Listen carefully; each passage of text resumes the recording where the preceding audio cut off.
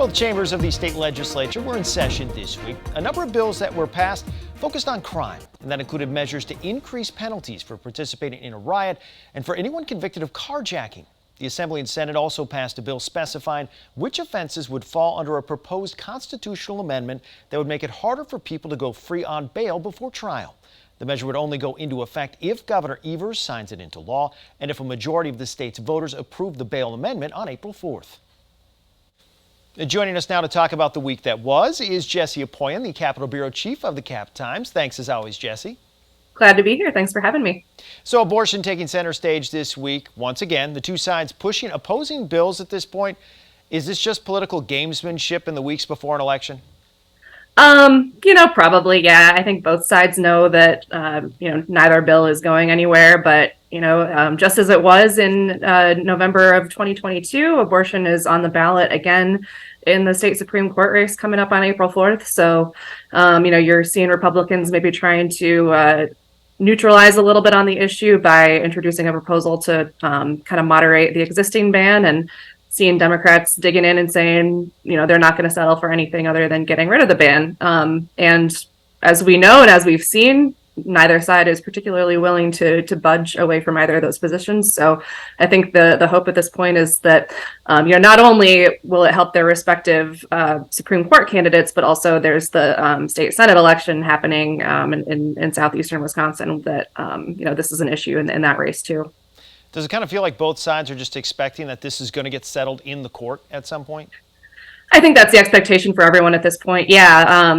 If by, some some random circumstance legislation were to pass, that would obviously change the circumstances of that lawsuit, if it were there to actually modify the ban. But I think everyone's kind of counting on it making its way, not just through Dane County Court, but all the way up to the state Supreme Court. You mentioned we have an election coming up very soon, and one of the things that's on the ballot is going to be a proposed amendment to make cash bail harder to post. There's a little bit of bipartisan support here for this idea, isn't there? There is, and not just bipartisan support in the legislature, but actually both of the state Supreme Court candidates support this too. So there's a very real chance that this could pass here as the way it's written in this ballot.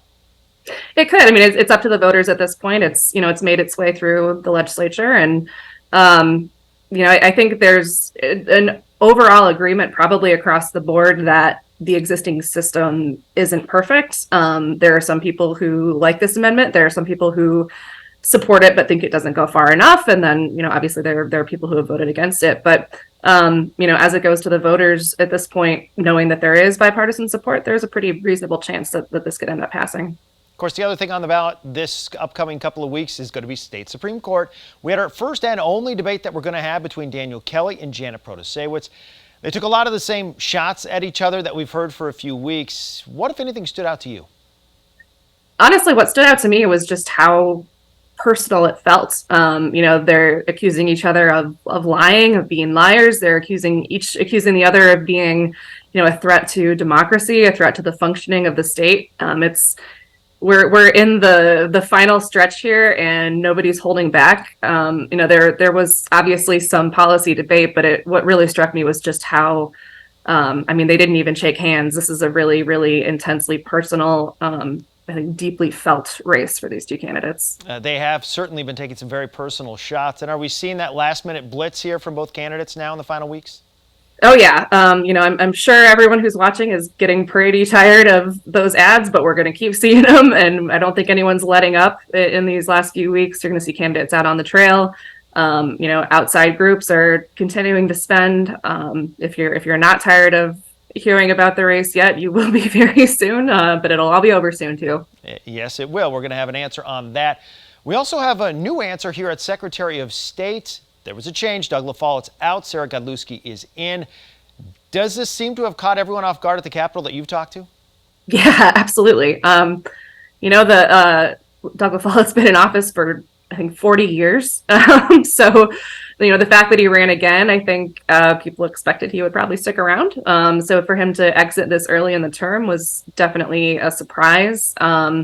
Also, somewhat of a surprise for that to immediately come with the appointment of Sarah Godlewski rather than, an interim appointment or a special election or what have you. It caught everyone off guard, and we've seen Republicans are pretty unhappy with that decision and are asking the governor to call a special election rather than go with this appointment. But he was within his rights to do so, and so I think that's probably the way things are going to land. Another interesting week at the Capitol. Another interesting take from you here this week. Thank you so much for the time here, Jessie. Thanks. Glad to be here.